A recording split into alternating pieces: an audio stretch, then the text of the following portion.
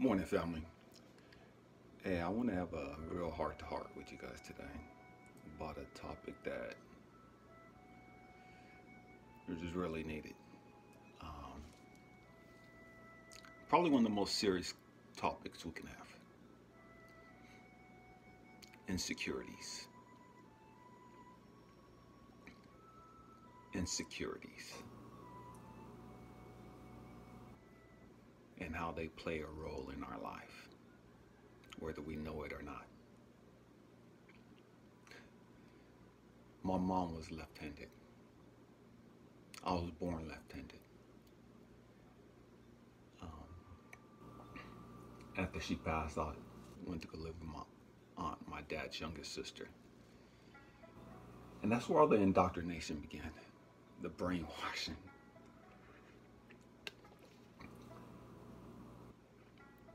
Um, Grew up in a real religious home, and it was like fanatic. And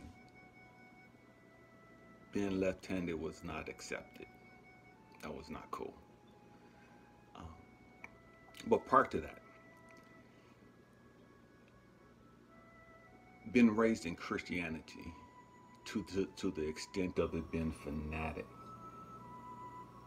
was extremely detrimental. As a young kid, I was taught that I was a wretched being, worthy of hell. Everything was a sin. Add on to that, being left-handed. And left-handed symbolizing being filled with the devil, or it being devilish, ungodly. I was forced to switch from my left hand to my right hand. And it's crazy because that cemented the idea in my head that I wasn't good enough. That cemented the idea that I wasn't worthy of love and that I wasn't going to be accepted for who I am.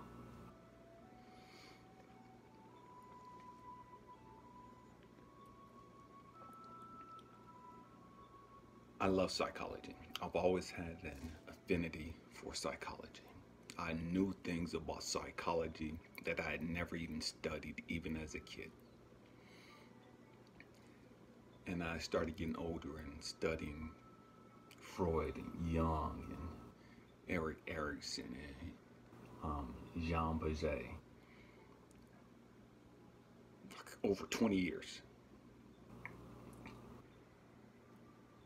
I discovered a lot about myself. And I believe that's one of the reasons why I had such an affinity for psychology, is because I was messed up and I needed help. And so I had to learn to help myself. One of the things that blew me away was the fact that I didn't understand that the root of my insecurities went all the way back to my childhood. To having to switch from being left-handed to right-handed. Of the notion that as a sinner, I was worthy of death. I was worthy of hell. And that nothing I did would ever be good enough.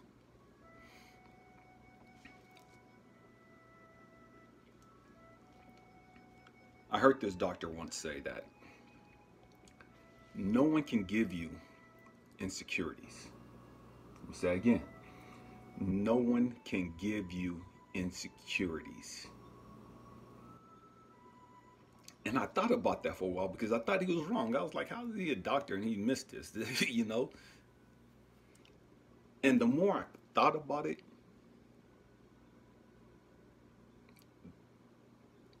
the more I came into the understanding of what he was saying.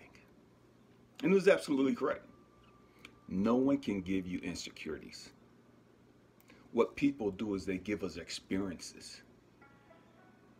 And based upon those experiences, we try to rationalize, we try to understand those experiences. And in the process of trying to understand those experiences, we give ourselves insecurities.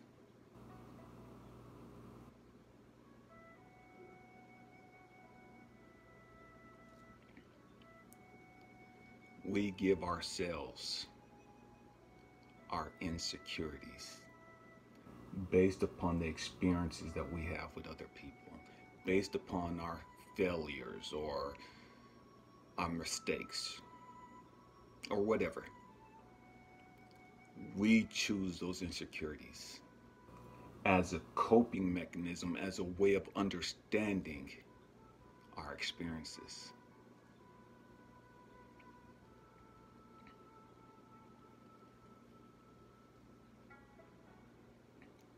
I share my life, my experiences,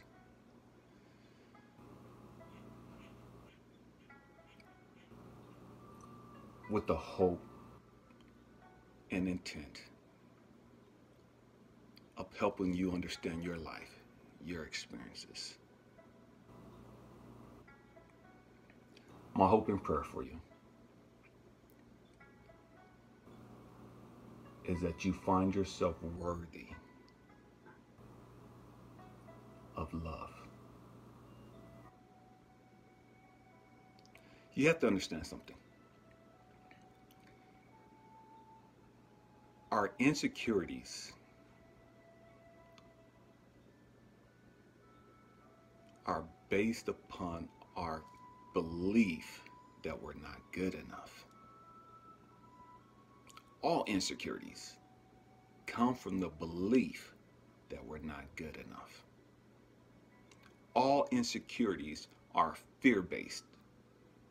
All insecurities are based upon the notion that we don't want others to see us as less than. I'm going to say it again. All insecurities are fear based upon the notion that we don't want others to see us as less than.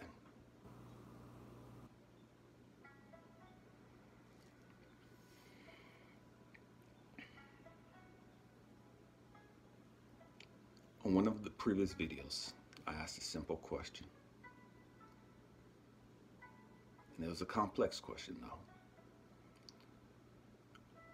Are you willing to die so that you can live?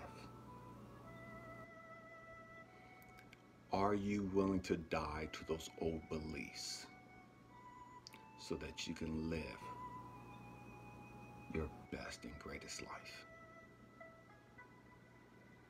I love you guys. Peace.